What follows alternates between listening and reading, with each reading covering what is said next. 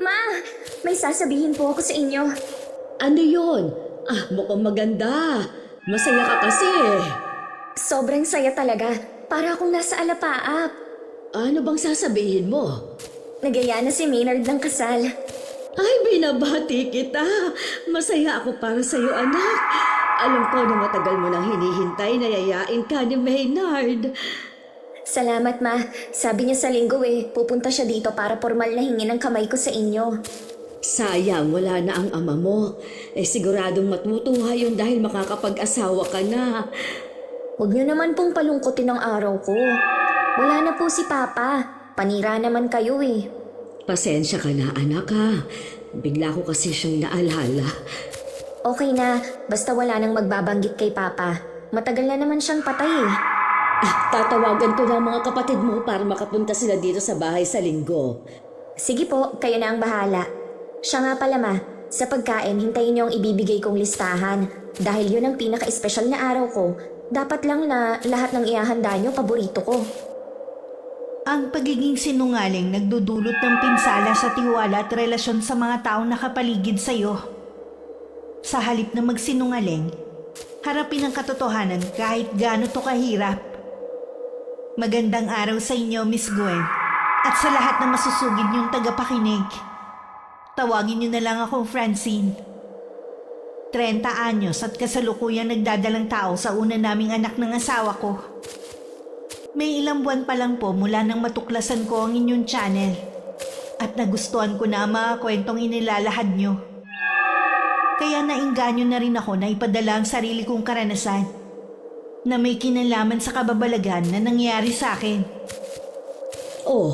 Bakit ganyan ang mukha mo? Kanina lang pag-alis mo, masaya ka pa. Paano po kasi ang mama ni Maynard? Laging panira ng araw ko. Matagal na ako nagtitimpi sa kanya dahil kay Maynard Ay, hindi kita maintindihan. Pwede bang pakipaliwanag mo? Doon sa birthday po kasi nung pinsan ni Maynard, nandun din palang magiging biyanan ko. Anong masama? Natural lang na nandoon siya, di ba? Hindi kasi binanggit ni Maynard kaya nagulat ako na nakita ang mama niya doon. Ano ba ang nangyari at nagagalit ka sa kanya? Nakakahiya kasi May.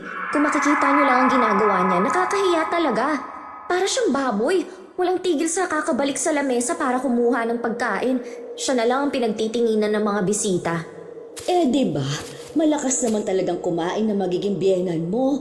Kaya nga ang taba Hindi ba yun high blood? Hindi ko po alam. Sana nga ma-high blood na siya para mamatay na. Francine, ano ba yung sinasabi mo? Seryoso ako, Ma. Ang hirap kayang makisama sa katulad niya. Parang nai-imagine ko lagi niya kaming ilalagay sa kahihiyan ni Maynard. Sa totoo lang, wala naman akong nakikitang masamang ginagawa ng mama ng boyfriend mo. Bakit hindi mo na lang siyang hayaan kung malakas siyang kumain? Wala ka naman sigurong naririnig na masamang salita sa ibang tao tungkol sa kanya. At isa pa, matuto kang makisama sa kanya dahil mama siya ni Maynard. Natural po, hindi siya pagsasabihan ng harap-harapan dahil kaanak nila yon. May respeto pa rin sila kahit papaano. Pero kitang-kita ko sa mga mukha nila yung pagkadismaya sa katakawan ng matandang yun. Hindi mo ba kayang irespeto si Weng bilang biyanan mo? Kung ganon, bakit ka pa magpapakasal kay Maynard? Dahil mahal ko po si Maynard. Kung talagang mahal mo siya, lahat ng mahalagang tao sa kanya, kailangan mong mahalin. Kasama na ang mama niya. Parang ang hirap naman po nun. Pero alang-alang kay Maynard, susubukan kong pakisamahan ng mama niya. Huwag mo lang subukan. Gawin mo dahil magiging pamilya mo na rin sila. Hindi ako nakapagsalita sa sinabing yun ni Mama. Napapaisip din ako kung sakaling magpakasal kami. Makakasama ko kaya si Mama Weng at ang PWD niyang anak. Ngayon ko lang din naalala. Katulad ni Mama, wala na ring asawa ang magiging biyanan ko at si Maynard ang breadwinner ng pamilya nila. Oras na ikasal kami ni Maynard, ako na ang magiging reyna ng bahay ninyo. Ako lang at wala ng iba.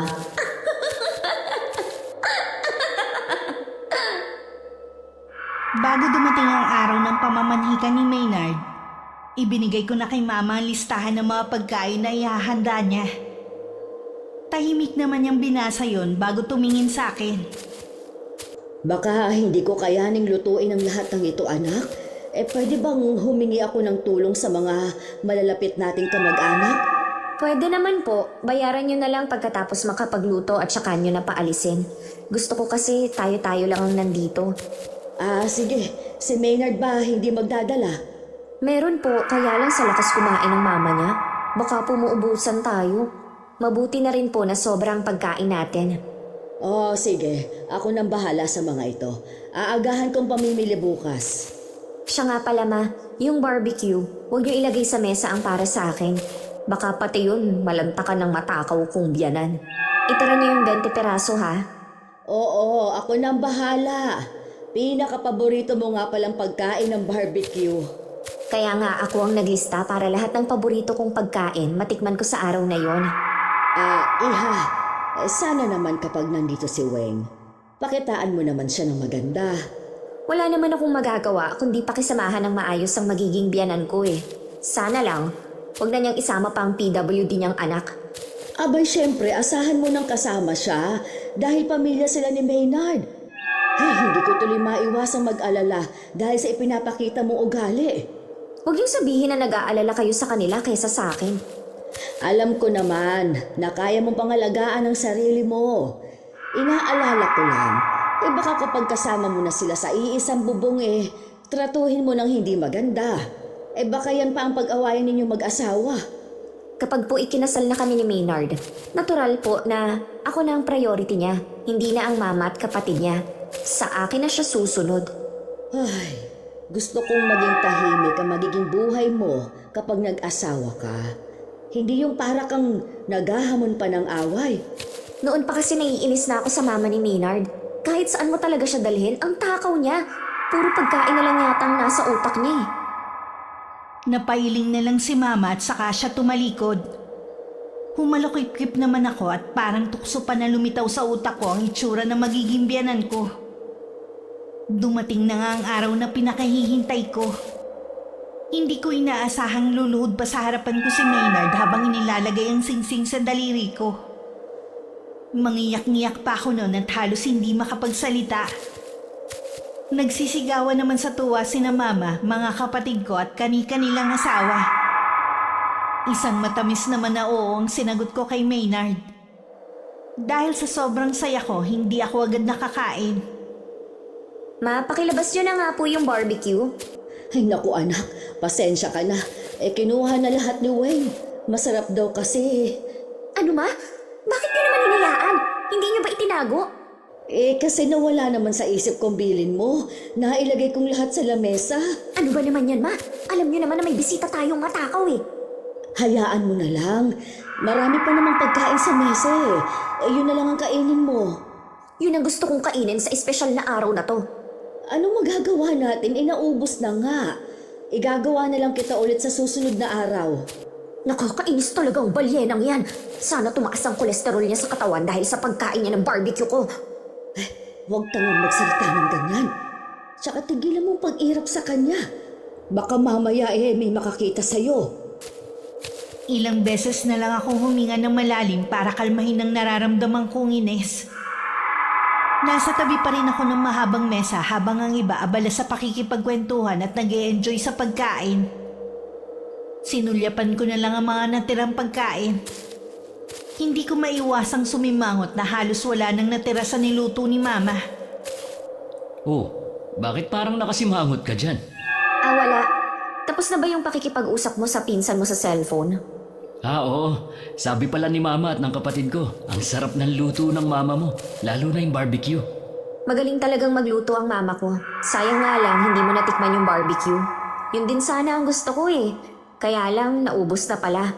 Wala pa naman tayong 10, pero parang 50 ang taong kumain. Pasensya ka na kay Mama kung malakas kumain ha. Naku, wala yun. Natutuwa nga kami ng mama ko eh. Ibig sabihin lang nun, nasarapan sila sa luto namin. Kapag kasal na tayo, sigurado na lagi kang kukulitin ni Mama na samahan siya magluto. Yung kasi libangan niya eh. Hindi nga lang siya ganun kagaling magluto gaya ng mama mo.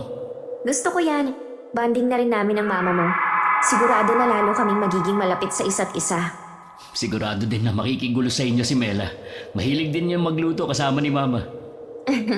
Maynard, gusto mo bang kumain muna? Baka maubusan pa kasi tayo eh. Sige, sabay na tayo. Sa sobrang sama ng loob ko, halos hindi ko manguya at malunok ang kinakain ko. Pailalim ko rin tingnan ng mama ni Maynard.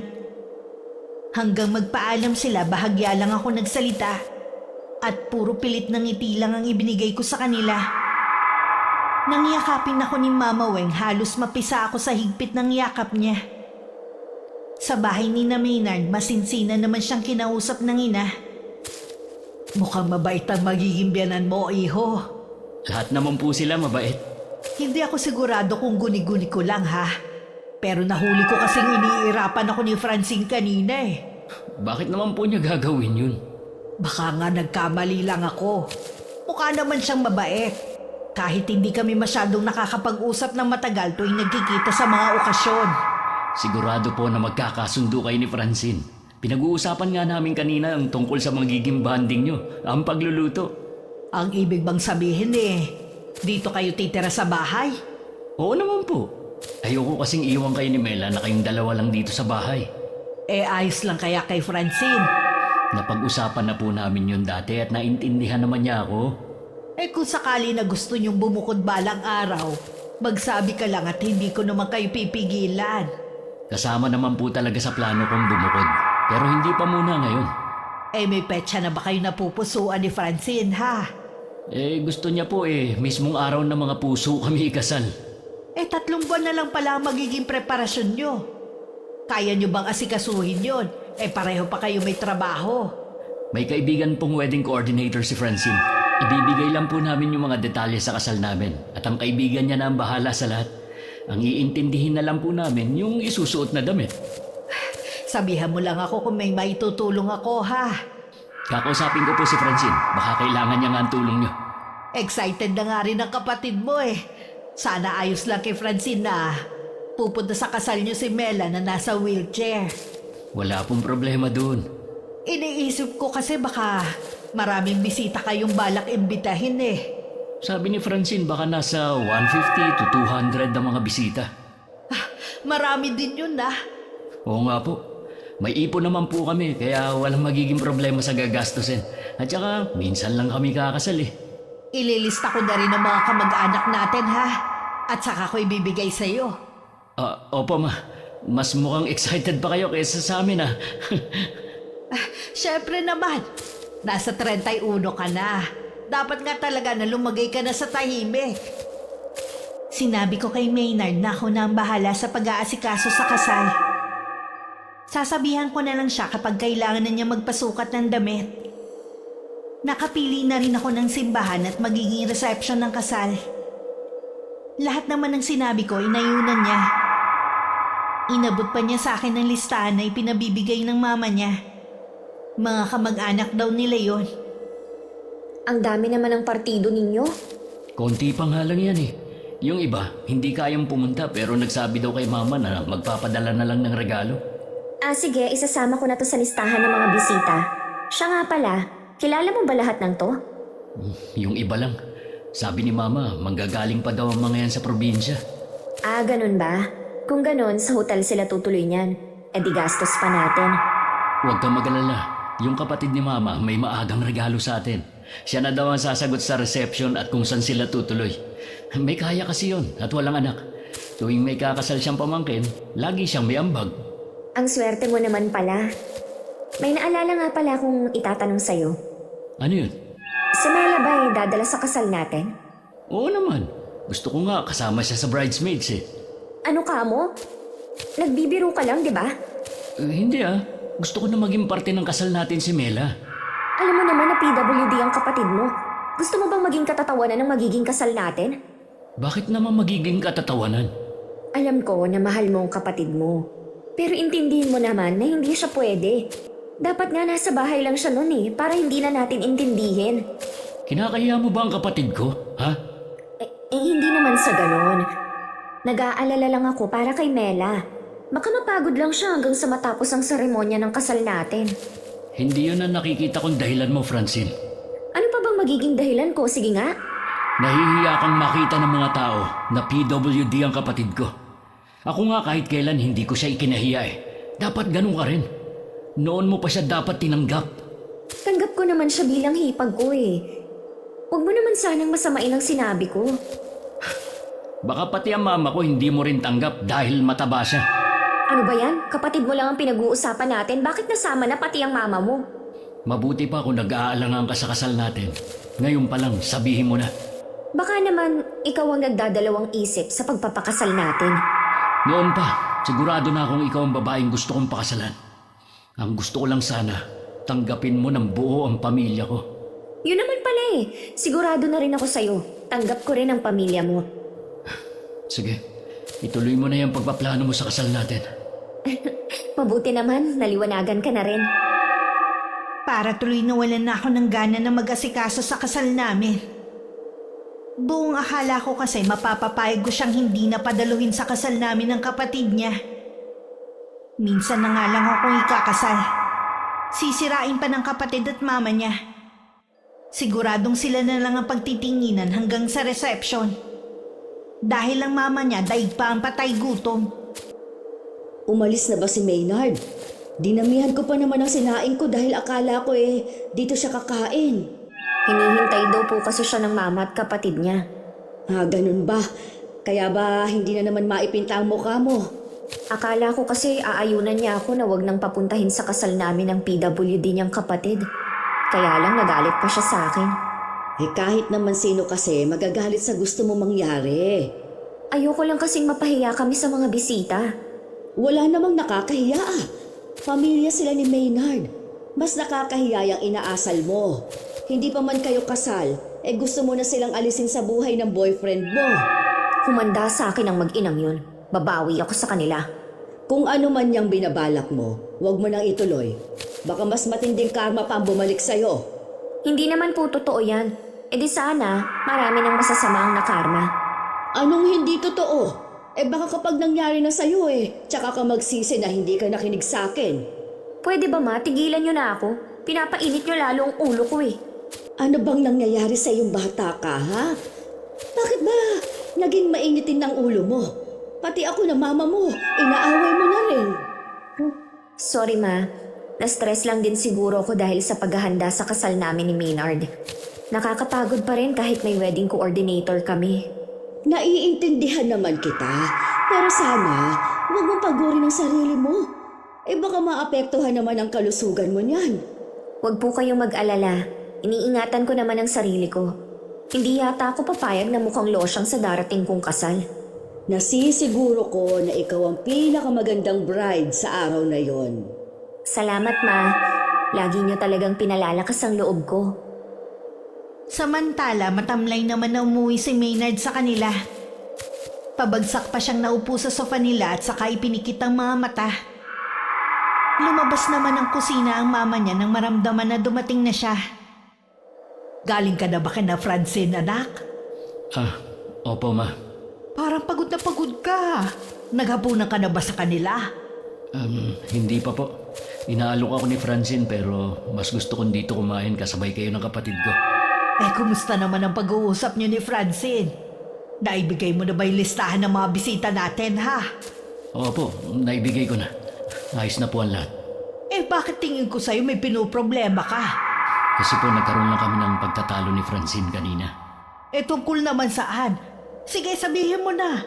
Para masolusyonan natin habang maaga pa. Ayaw niya kasing umattend sa kasal namin si Mela. Ha? Bakit naman? Dahil ba nasa wheelchair ang kapatid mo? Ganun na nga po. Tingin ni Francine, magiging pabigat lang si Mela. Alam mo na swerte sa ating si Mela. Kahit kailan hindi ko siya itinuring pabigat sa buhay natin. Kung ayaw ni Francine na dumalo si Mela, hindi na lang kami pupunta. Hindi po ako pumayag sa gusto niya mangyari. Kayo na lang ang pamilya ko. Hindi po ako papayag na wala kayo sa mahalagang araw na yun. Kesa naman na mag-away kayo ni Francine. Ayoko na maging dahilan kami para magkasira kayo. Bago po ako umuwi, naayos na namin ang hindi namin pagkakaintindihan. Ibig sabihin, payag na siya na pumunta si Mela? Opo ma, kaya wag na kayo mag-alala. Salamat naman kung ganon. Teka nga lang, baka naiga na yung nakasalang ko. Malapit na po ba kayo matapos? Nagugutom na po kasi ako eh. Oo, iho. Pakitawag mo na rin si Mela. Maghahain na ako. Meron na kaming schedule para sa pagsusukat ng damit at maging ang pagpunta namin sa simbahan. Wala na akong nakalimutan na detalye sa kasal namin ni Maynard. Malaki talaga ang pasasalamat ko sa kaibigan ko na naging katulong ko sa lahat ng paghahanda. Kahit pa sabihing binayaran namin siya. Naibigay na rin namin ang mga imbitasyon. Sa pamilya ni Maynard, ako mismo ang nag-abot. Pasensya na po kung ngayon ko lang nadala ang mga imbitasyon. Kayo na lang ang bahalang mamigay sa mga kaanak nyo. Salamat, Iha. Nakapunta na ba kayo sa simbahan para sa seminar? Bukas po, pupunta kami ni Maynard. Alam kong hindi na kayo nakakatulog ni Maynard, pero pilitin yung makapagpahinga para fresh kayo sa araw na yon. Opo ma, wag po kayong mag-alala. Puro pahinga na nga lang ang ginagawa namin ni Maynard. Mabuti naman. Ang ganda naman ng imbitasyon nyo. Mukhang sosyal talaga. Ayoko po kasing mapahiya sa mga bisita. Kaya kahit sa imbitasyon pa lang, gusto ko maganda at presentable talaga. Sa San Isidro Labrador Parish Church pala kayo ikakasal. Balita ko may mga artista daw na nagpakasal dun eh. Nung naging kami po kasi ni Maynard, dyan po kami unang nagsimba. Kaya mahalaga sa amin ang simbahan na yan. Kaya naman pala.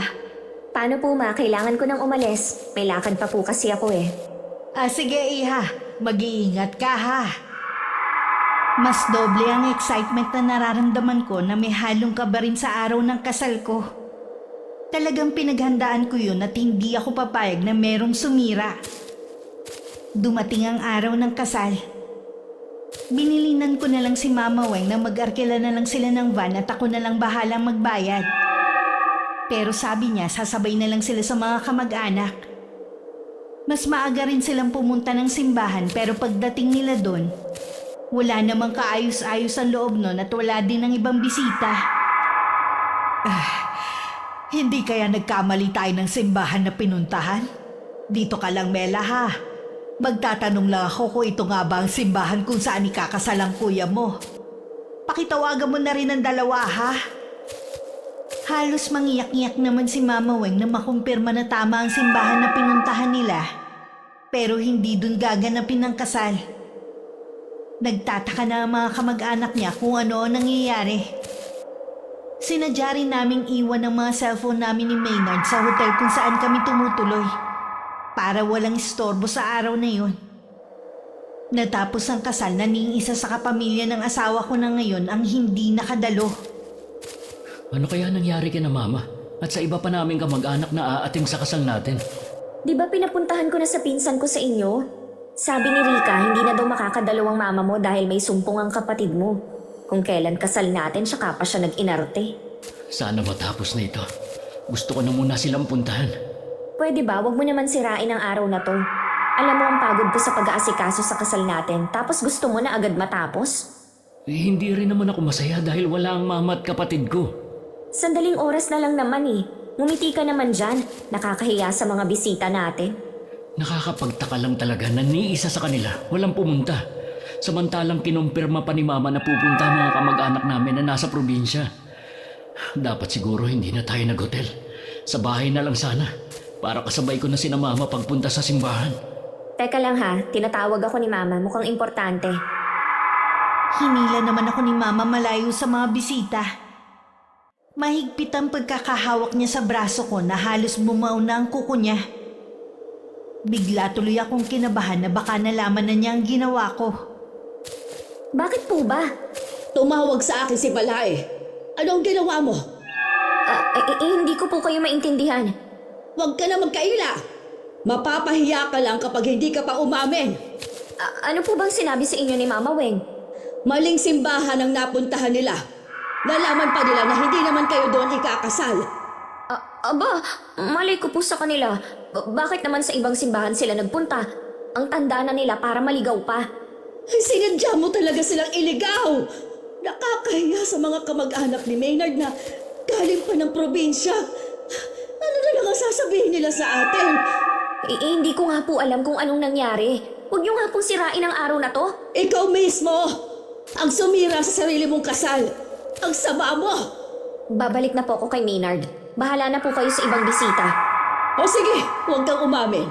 Hintayin mo silang dumating. Tingnan ko lang kung may mukha ka pang ihaharap sa kanila. Huwag niyo sabihin na sinabi niyo kung nasan tayo. Bakit hindi? May karapatan silang pumunta dito.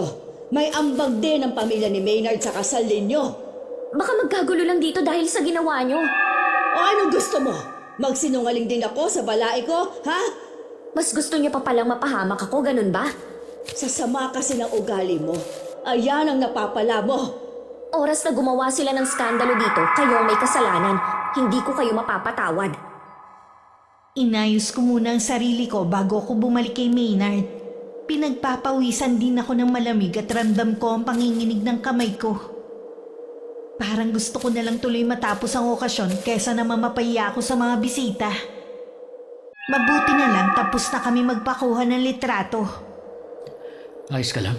Namumutla ka. Napapagod na siguro ako. Gusto mo bang magpahinga na muna sa kwarto natin? Hindi ba nakakahiya na iwan ng mga bisita? Yung kaibigan mo na lang muna ang bahala. Hindi naman sila pababayaan eh. Sige. Tapos bumalik na lang tayo mamaya. Kulang na lang hilahin ko si Maynard para makaalis na agad kami sa lugar na yon. Nakahinga lang ako ng maluwag nang nasa kwarto na kami. Pero ilang sandali lang may kumatok na agad. Bago ko pa mapigilan si Maynard, nabuksan na niya ang pinto. Oh, Ma! Bakit ngayon lang kayo? Paano mo to nagawa sa akin, Maynard? Paano niyo naatin na magbuka kaming tanga sa harapan pamandi ng mga kamag-anak natin? Hindi ko po kayo maintindihan. Totoo po bang sinumpong na naman si Mela kaya hindi kayo nakapunta? Yan ba ang sinabi ng babaeng yan? Bakit hindi ka magsalita, Francine? Mama Weng, araw po ng kasal namin to. Huwag po sana kayong gagawa ng iskandalo. Bakit? Nahihiya ka sa kalokohan na ginawa mo, ha?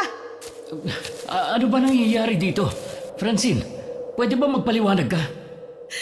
Ayan ang imbitasyon na ibinigay ng babaeng yan. Ano ito? Hindi naman ganito ang imbitasyon na pinagawa namin At hindi rin sa simbahan na to kami kinasal. Malinaw na para kaming pusa na iniligaw ng babaeng yan dahil ayaw niya kaming pumunta sa kasal niyo. Francine, totoo ba ito? Ginawa mo ba yung kina Mama sa mga kamag-anak ko? Tsaka na lang natin yan pag-usapan. Bumalik na tayo sa reception. Baka hinahanap na tayo ng mga bisita. Wala nang bisita na naghihintay sa inyo. Kaya ngayon na natin pag-usapan ang ginawa mo. Huwag mo sabihin na sinabi mo sa kanila na... Hindi ako. Pero mga kamag-anak namin na nag-abala pang lumuwas para lang masaksihan ang kasal ng anak ko. Anong karapatan mo para sirain ang kasal ko? Ikaw pa talaga may ganang magalit, ha? Ang mabuti pa, ibalik niyo lahat ng ibinigay ng tsuhi ni Maynard. Nakakahiya kayo! Wala naman akong kasalanan sa nangyari sa inyo eh. Si Marivic ang may kagagawa ng lahat. Yung wedding coordinator namin, siya ang dahilan kung bakit kayo naligaw. Siya ang may kasalanan. Napakasinungaling mo! Huli ka na nga, lulusot ka pa! Sandali lang, relax muna tayo. Aalamin ko kung ano nangyari. Huwag mo sabihin na magpapauto ka pa rin sa babaeng yan! Ma, Kung ayaw niya pala kaming pumunta sa kasal niyo, sana sinabi na lang niya. Pero ikaw mismo ang nagsabi na ayos na ang lahat. Yung pala, merong masamang plano ang babaeng yan. Huwag na huwag mong dadalhin sa bahay ang asawa mo! Ma, sandali lang. Huwag muna kayong umalis. Pag-usapan natin to, ayoko sumama ang loob niyo sa amin. Sa bahay na lang tayo mag-usap. Hihintayin ka namin doon. Nakatungo at laylay ang balikat ni Maynard na pumasok ulit sa kwarto namin. Ako naman patuloy sa pag-iyak. Kung ano-ano ang pumapasok sa isip ko ng mga sandaling yun. Mabuti naman umalis na ang mama mo. Anong gagawin natin? Sinira niyang pinaghandaan nating kasal. Umamin ka nga. Talaga bang ginawa mo yun sa pamilya ko? Ha? Wala nga akong kinalaman sa nangyari sa kanila. Ang mabuti pa si Marivic na lang ang kausapin mo. Kinuha ko lang naman sa kanya ang imbitasyon at saka ko na pinamigay. Malay ko bang mali pa lang nakalagay na impormasyon doon? Hindi ako makapaniwalang nagawa kong pasamain ang loob ng mama ko. Biktima rin ako dito. Dapat sa akin ka maawa. Kakausapin ko si Maribik. Kanina pa siya nakauwi bago tayo umakyat dito sa kwarto. Nagpaalam siya kanina na masama ang pakiramdam. Ang iniwan lang niya ay ang kanang kamay niya. Hindi pa naman tapos ang kasal. Bakit siya umalis agad? Hindi ko alam, basta yun lang ang sabi niya. Masama ang pakiramdam niya. Tingin ko tumakas lang siya para hindi siya makumpronta sa ginawa niya. Dahil sa kanya may masisira siyang pamilya. Haharap naman ako sa nanay mo. Pero sana wag naman ngayon Pati ako gulong-gulo eh. Kailangan nating harapin ang galit ng mga kamag-anak ko. Dahil sa abala na nagawa natin. Wala naman tayong kasalanan. Kaya hindi natin kailangan magpaliwanag sa kanila. Baka ipahiya lang nila tayo sa labas. Ako na lang ang haharap sa kanila. Dito ka na lang. Pero... Ayaw niya talagang papigil. Kainis naman kasi ang biyanan ko eh. Nagkulong lang ako sa loob ng kwarto hanggang makabalik si Maynard. Nagtaka naman ako kung bakit may pasa siya sa kanang mata niya. Sinuntok daw siya ng isa niyang pinsan dahil sa nangyari. Kahit anong paliwanag niya, hindi siya pinakinggan ng mga yon. Kinabukasan naman umuwi muna si Maynard sa kanila. Samantalang ako sa bahay naman namin. Nagpunta na po kami sa pulis para ireklamo si Maribik sa ginawa niya. Hanggang ngayon ba naman naniniwala ka pa rin sa kasinungalingan ng asawa mo, ha? Matagal niya itong plinano. Kaya nga po hinahanap na yung coordinator para malaman ang totoo. Nasa harapan mo na ang katotohanan. Imulat mo lang ang mga mata mo. Ma, asawa ko na po si Francine. Sana maintindihan niyo ako. Isang araw mo palang naasawa ang babaeng yun. Ako at ang kapatid mo, buong buhay mong kasama. Huwag niyo sanang isipin na kinakampihan ko siya. Gusto ko lang gumitna. Sa ipinapakita mo halata naman na nasa panig ka niya. Ano po ba ang gusto niyong gawin ko? Iwan ko si Francine? Ang gusto kong malaman, bakit kailangan niyang gawin yun sa amin? Maayos naman ang pakita namin sa kanya. Alam ko naman po yun. Mula pa noon, naging mabuti na kayo sa kanya. Paano pa tayo harap sa mga tsuhin at tsahin mo ngayon? Hindi ko alam kung makakauwi pa ako at makakaharap sa kanila sa probinsya natin. Hindi naman sa'yo kaila ang plano ko. Lahat ng masasakit na salita natanggap ko sa kanila. Sinuntok pa nga ako ni Dino Hindi pa ba sapat yun para mapatawad nila tayo? Walang salitang sasapat sa ginawa ng asawa mo sa partido natin. Alam ko po na dahil sa nangyari, nag-iba na ang tingin niyo kay Francine. Kaya po hindi na kami dito titira. Pansamantala, doon po muna kami kina Mama Lydia. Masakit sa akin na hindi matuloy ang plano mo na dumito. Pero sana lawakan mo ang pag-unawa mo. Hindi ko pa kayang tanggapin ng asawa mo. Naiintindihan ko naman kayo. Dadalawin ko na lang kayo ng madalas dito. Ingatan mo ang sarili mo. Huwag mo kaming alalahanin ng kapatid mo dito. Ayos lang naman kami. Tumawag kayo sa akin kapag may kailangan kayo o may biglang emergency dito. Pupuntahan ko kayo kagad. Niyakap pa ni Mama Weng ang anak habang naiiyak. Kinausap din ni Maynard ang kapatid at humingi ng despensa sa nangyari. Umalis na rin siya sa kanila nang masiguro na maayos na ang lagay ng ina at kapatid niya. Nang mga oras na yun magkausap din kami ng mama ko. Hindi ko akalaing hindi pa rin tapos ang paninermon niya sa akin. Tignan mong perwisyong ginawa mo sa pamilya ni Maynard. Kung nakita mo lang sanang gulo sa labi ng hotel, ang asawa mo ang umani lahat ng galit ng mga kaanak niya. Wala na po tayong magagawa. Nangyari na. Hindi ko na maibabalik ang nakaraan. Kung magsalita ka, parang napakasimple lang ng ginawa mong gulo. Hindi ko naman po alam na ganito ang magiging resulta eh. Imbes na humihingi ka ng tawad sa biyenan mo, nandito ka lang. Kaya nga po pumunta doon si Maynard para makipag-usap sa mama niya. Sana sumama ka. Makikipagkita naman ako, pero palalamigin ko lang ang sitwasyon. Ano na ngayon ang plano ninyo? Hindi naman po kami pwedeng tumira ni Maynard sa kanila, kaya dito muna kami sa bahay natin pansamantala.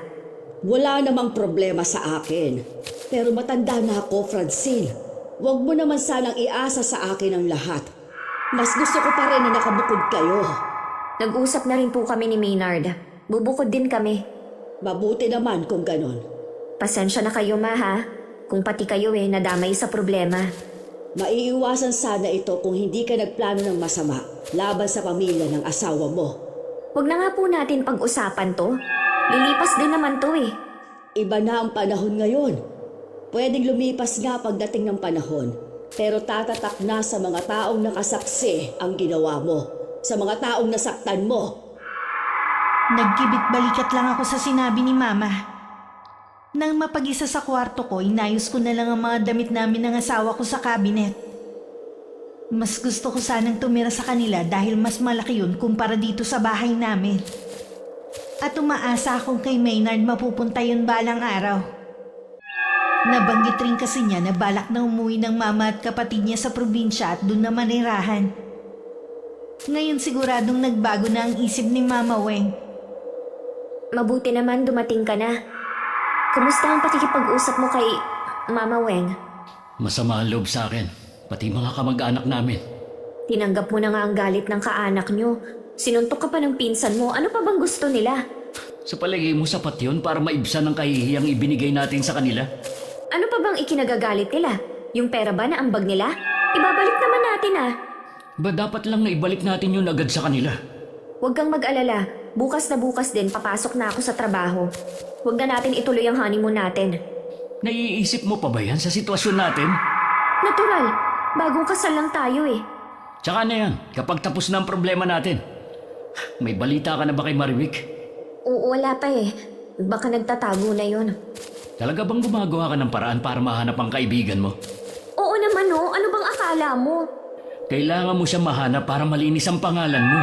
Naniniwala kasi si Mama na planado mo lahat para hindi sila makapunta sa kasal natin at ipahiya. Hindi ko magagawa yun. Kahit mamatay pa ako ngayon. Kaya nga bilisan mo ng paghahanap sa kaibigan mo. Mas kilala mo talaga siya kaysa sa akin. Nakaharap ko lang naman siya nung kasal natin eh. Oo na. Pwede ba tigilan na natin ang pagtatalo? Napapagod na ako eh. Ano nga palang sabi ng mama mo na dito tayo titira? Eh di masaya. Mabuti nga daw yon para may makasama siya. Sinabi mo ba na pansamantala lang? Oo, pero sabi nga niya, walang problema kung magtatagal nga tayo dito. Ang mabuti pa, mag-relax ka na muna. Huwag mo munang isipin ang problema. Wala pang 1 linggo, bumalik na rin kami ni Maynard sa trabaho. Kailangan kasi namin makaipon ng perang pambayad para ibigay sa tiyuhin niya.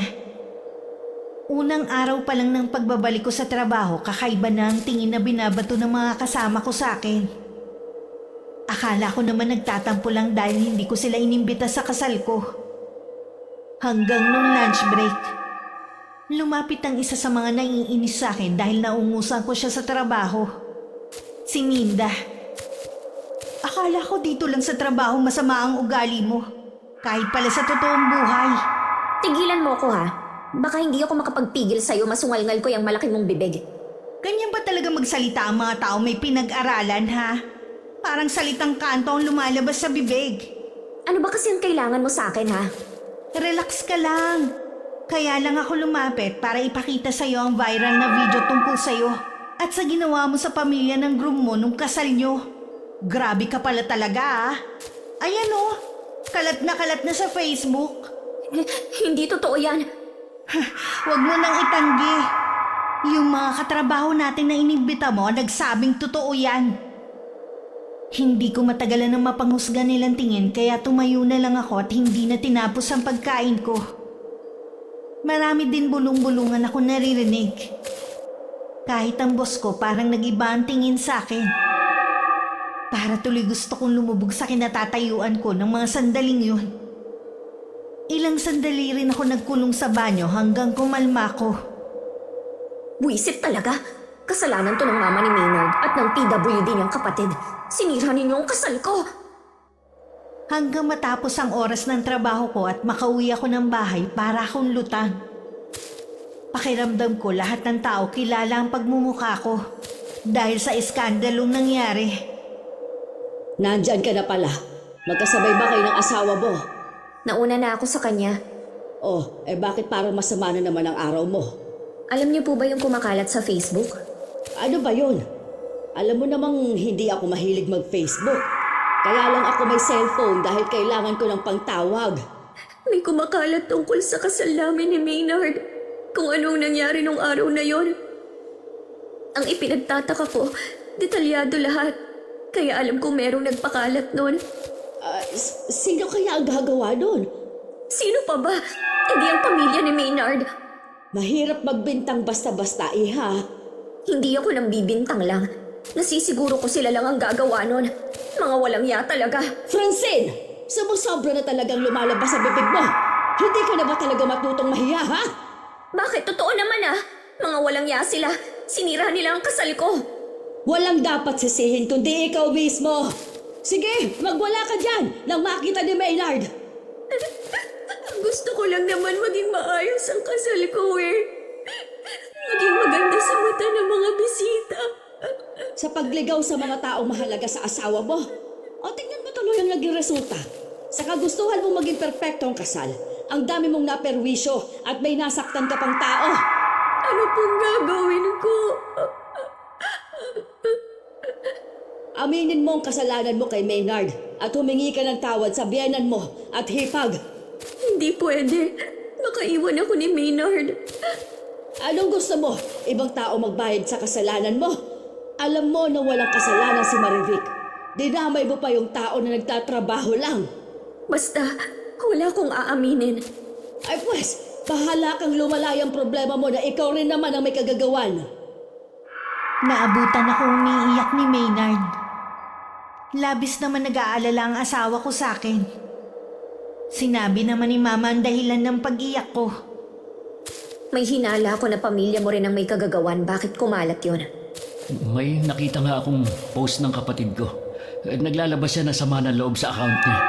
Si Mela ang may kagagawan? Naglabas lang siya ng saloobin niya. Pero wala siyang pinost na video o litrato.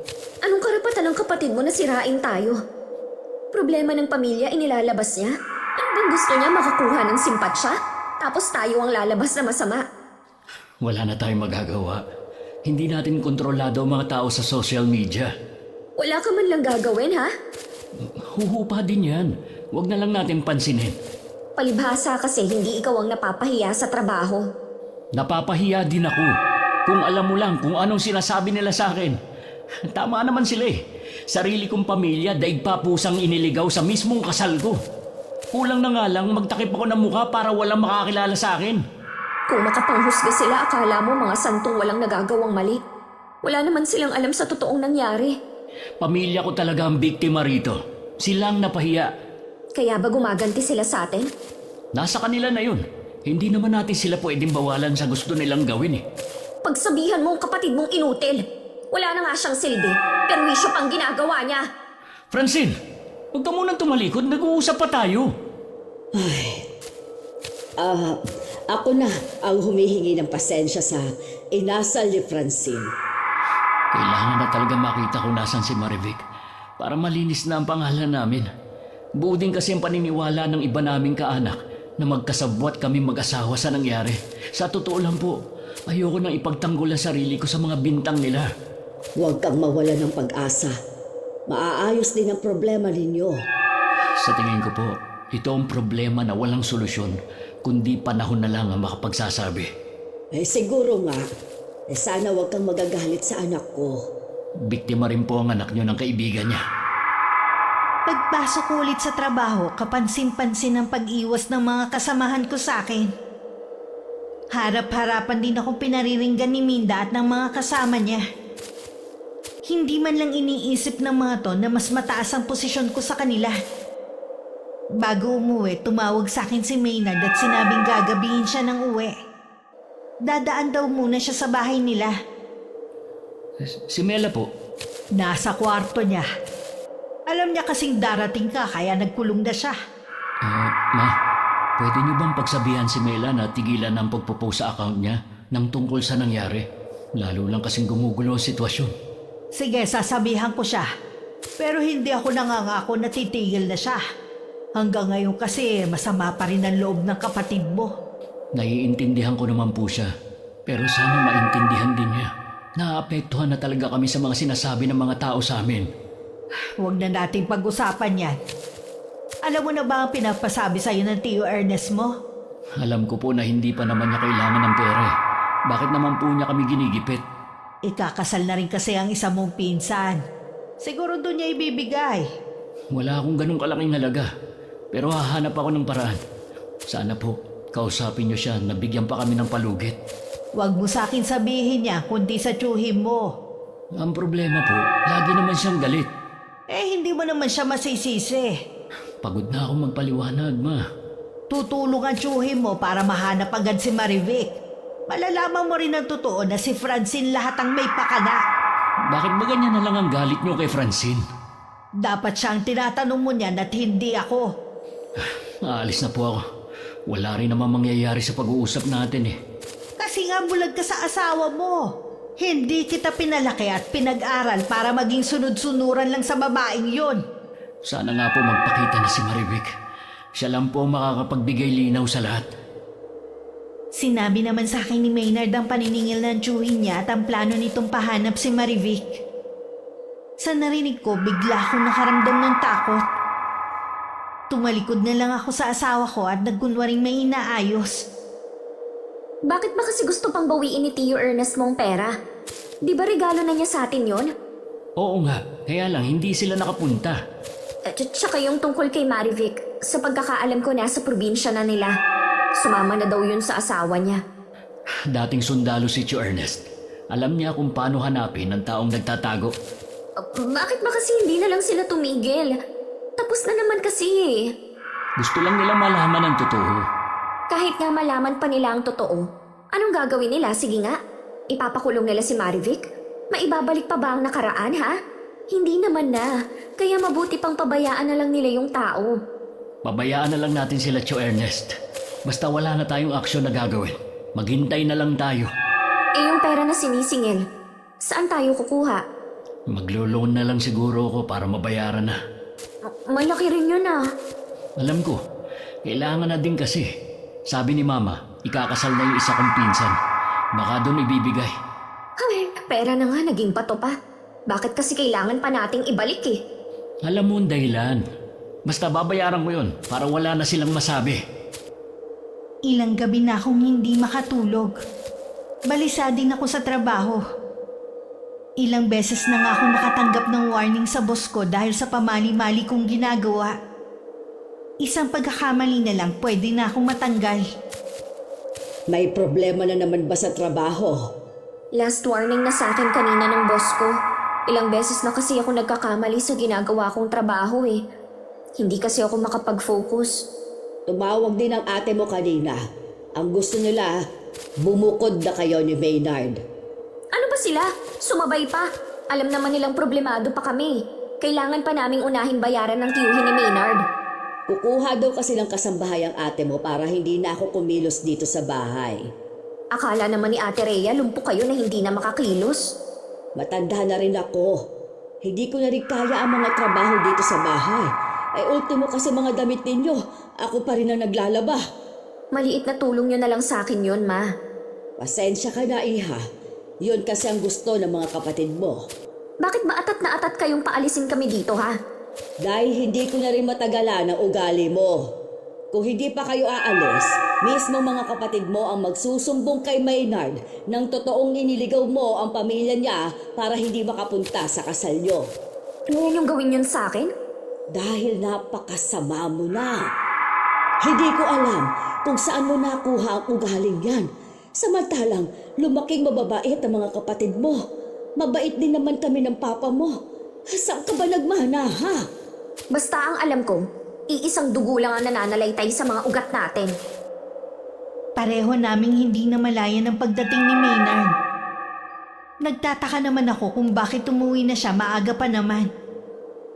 Nabanggit niya kasi nagagabihin siya ng uwi dahil may meeting sila. Hindi ko rin inaasahang sasabihin ni Mama na kailangan na naming umalis sa bahay.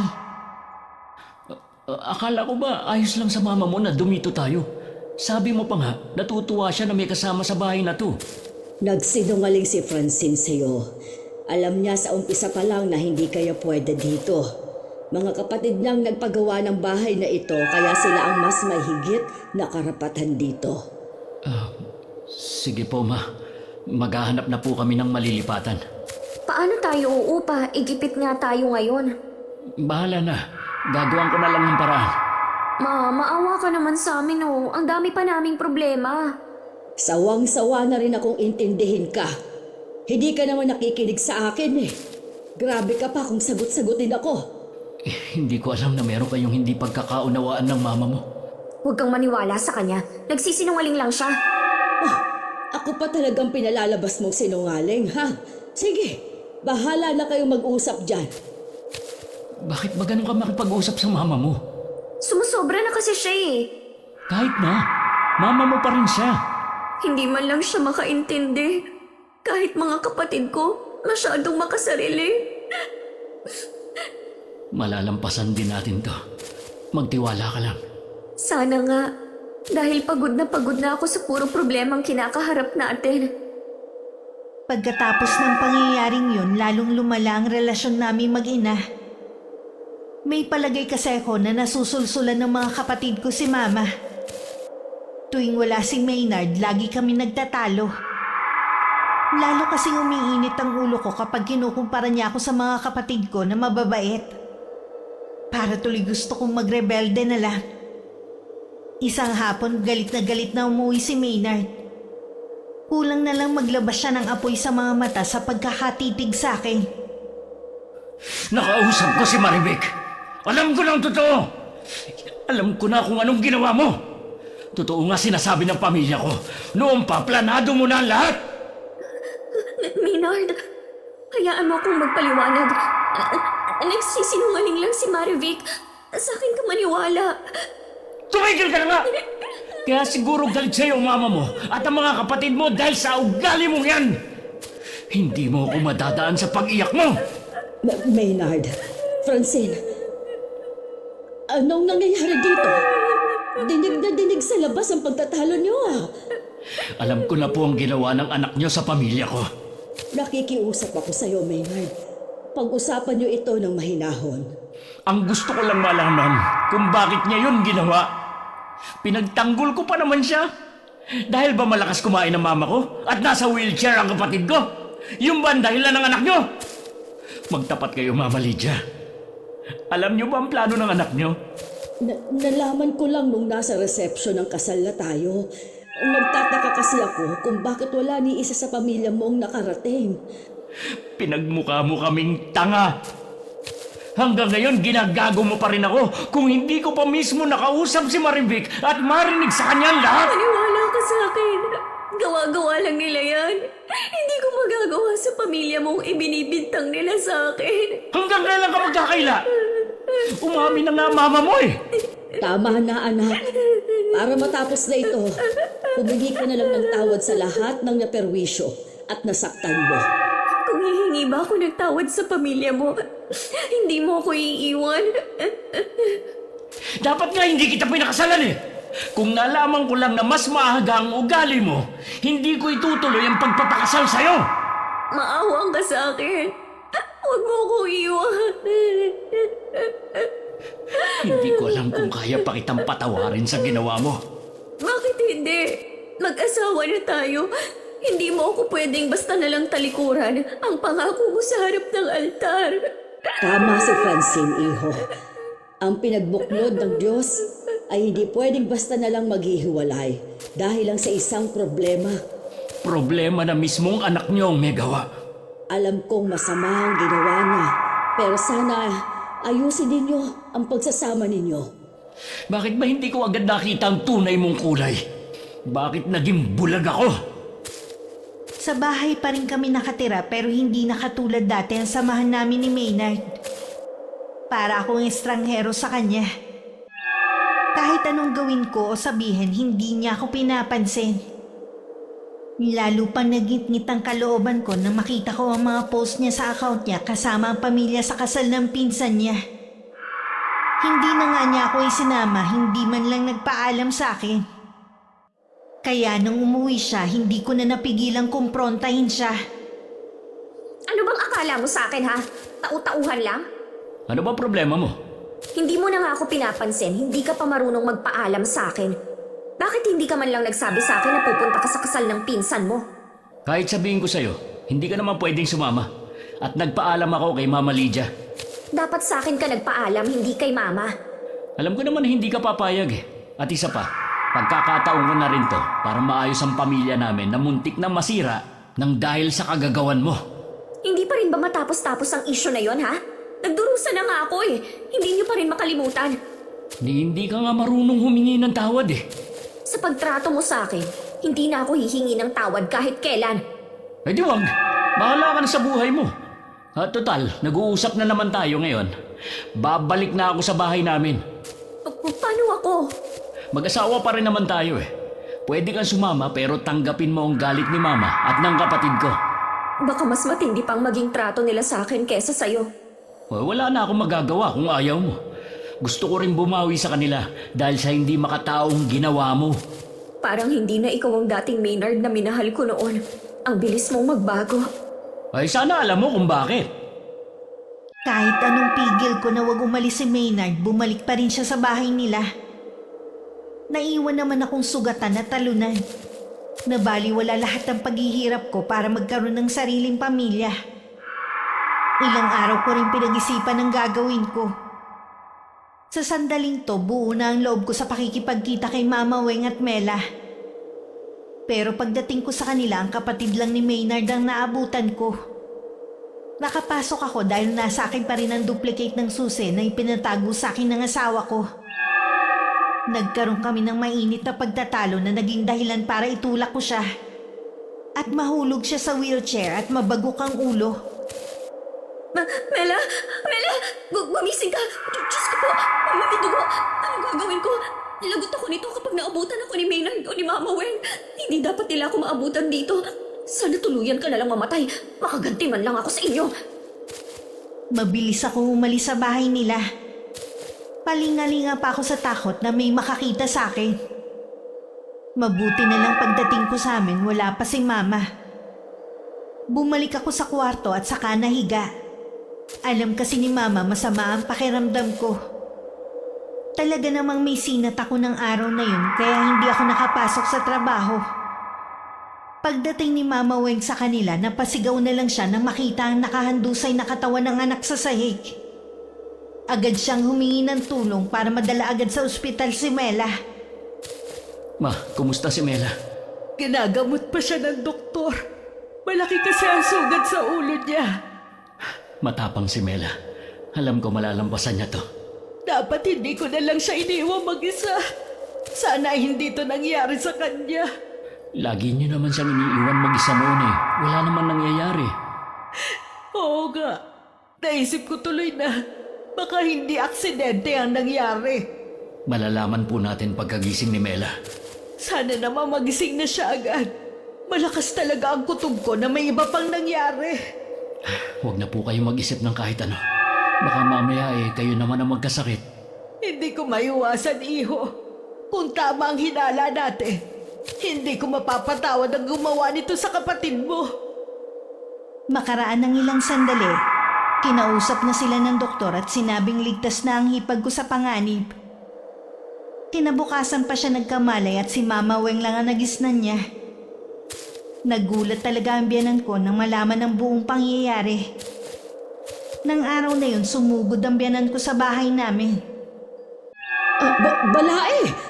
Napadalaw ka ata. Nandyan ba ang anak mo?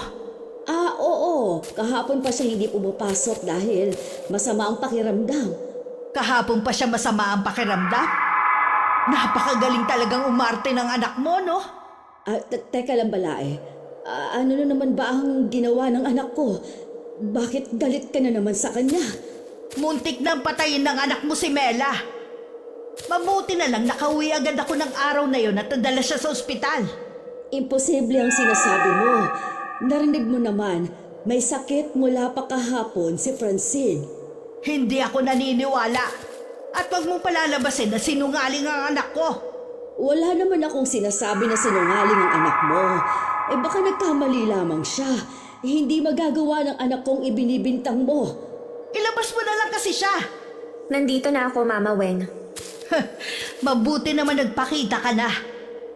Sa akala mo ba makakaligtas ka sa ginawa mo kay Mela sa pagpapanggap mong may sakit?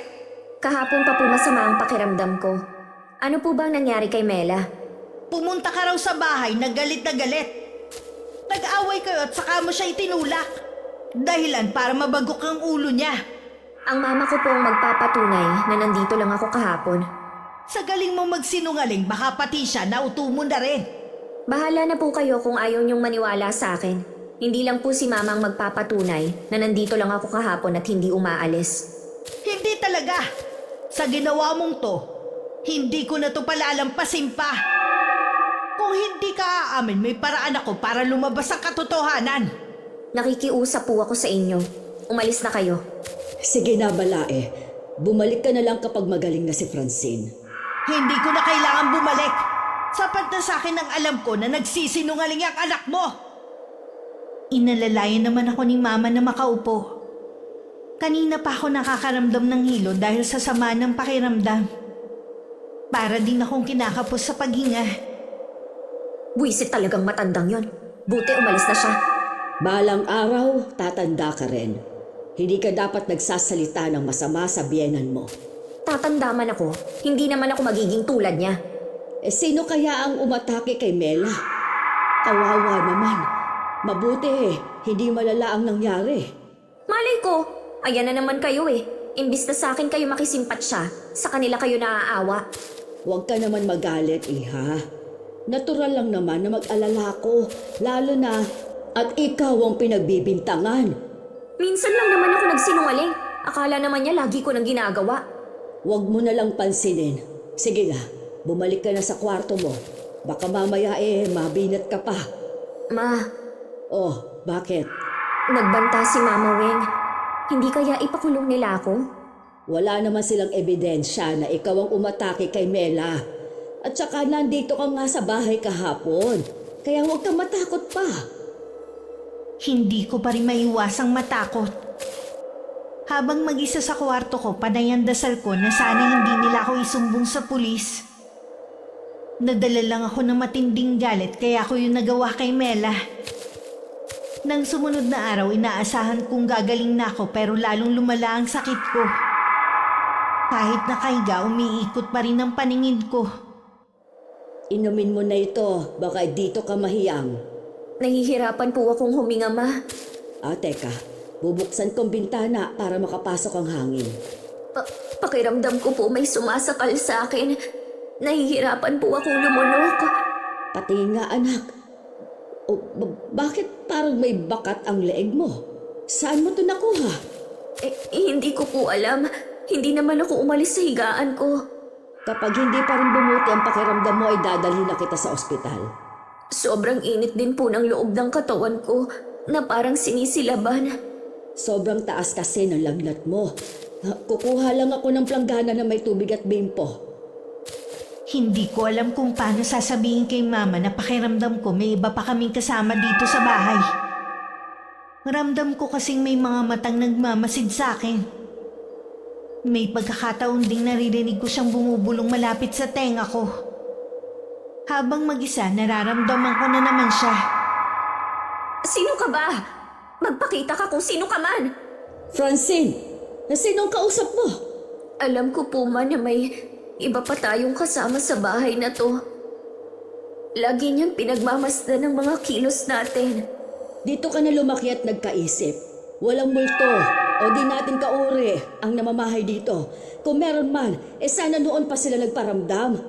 Maniwala ka sa akin, Ma. Dala lang siguro yan ng mataas na lagnat mo kaya nahihibang ka na. Pupunasan kita para bumaba na yung lagnat mo. Ano to? Kanina wala naman to Alin po, Ma? Itong mga pasa mo sa katawan. Hanggang dito pala sa binti ay meron. Hindi lang ito basta pasa, anak. Para bang may bumugbog sa'yo. Baka po, gawa po ng kasama natin sa bahay. Huwag mo nga akong takutin, Iha. Dadalhin na kita sa ospital ngayon. Ayoko, Ma. Dito lang ako. Pakiusap po. Kaya lang, anak. Sige na nga. Pero kapag hindi pa rin bumuti ang lagay mo bukas, dadalhin na kita sa doktor sa ayaw at sa gusto mo. Opo, Ma. Salamat po sa pag-aalaga ninyo sa akin. Kahit masama ang ugali ko.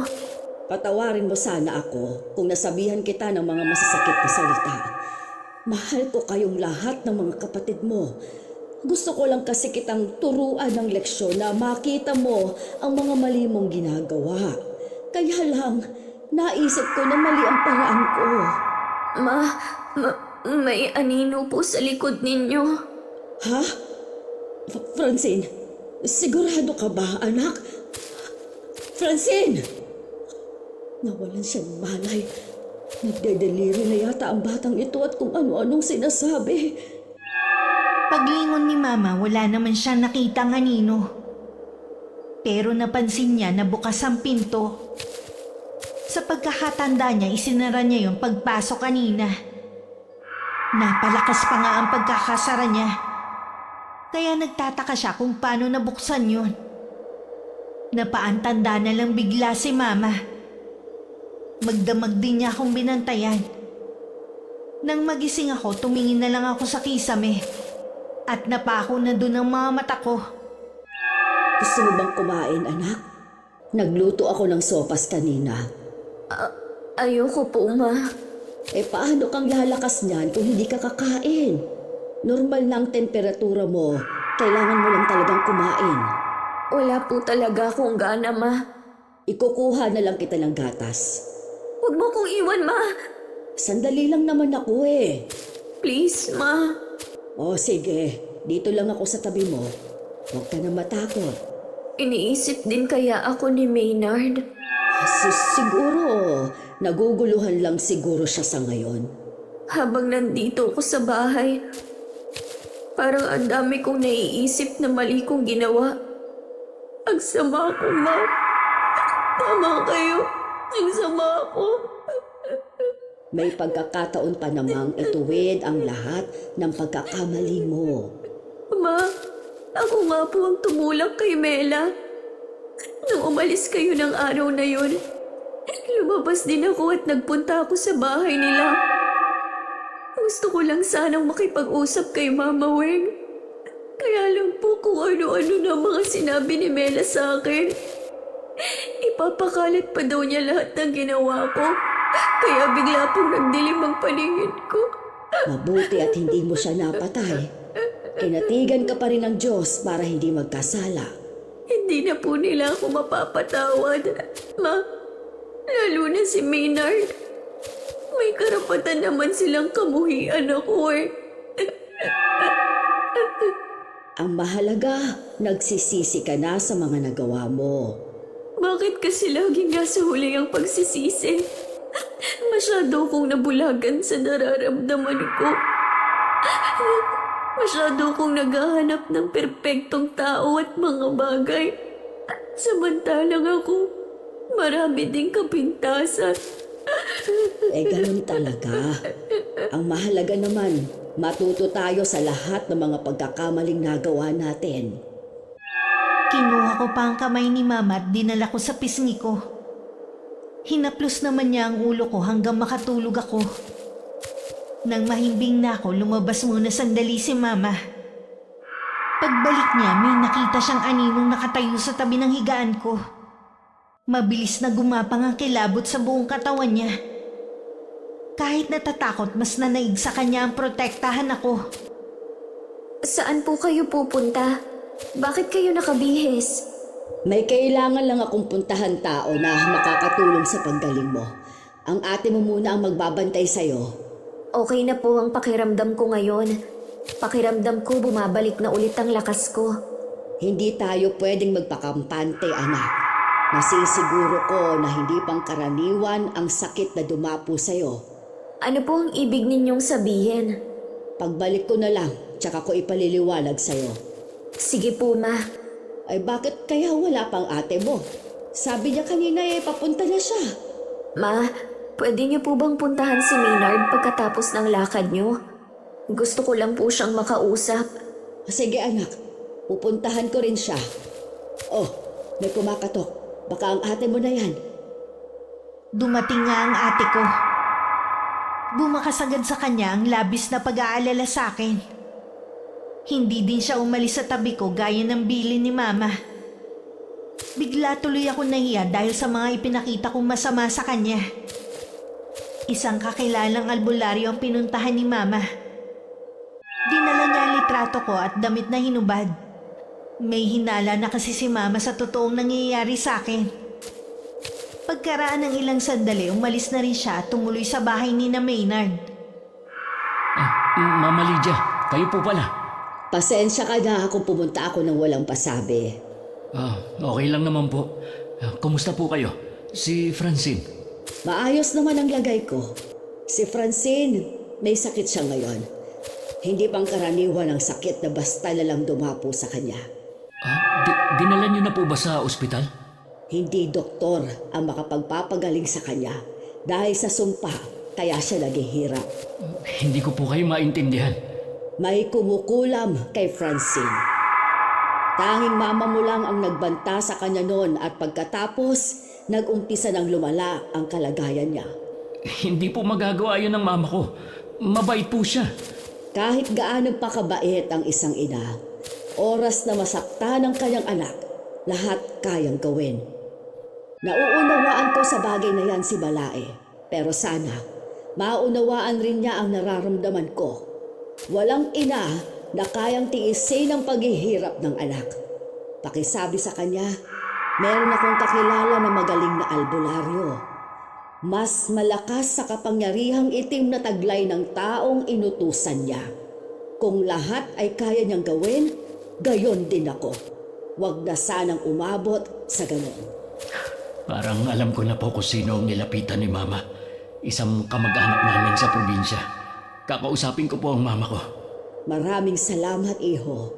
Meron nga palang pinapasabi sa iyo si Francine. Sana daw pagbigyan mong hiling niya na makausap ka. Maniwala ka, iho. Malaki na ang ipinagbago ng anak ko. Pupuntahan ko po siya pagkatapos kong kausapin si Mama. Aasahan ka namin, iho. Sige, kailangan ko na rin umalis. Mula nang magkasakit si Francine, hanggat maaari ayaw niya akong mawawala sa paningin niya. Hindi naman nagtagal, dumating na rin si Mama Weng. Nang banggitin ni Maynard ang pagpunta sa kanila ng mama ko, bigla na lang nagbago ang aura niya. At ang masayang ngiti niya ay nabura din. Anong ginawa ni Lydia dito?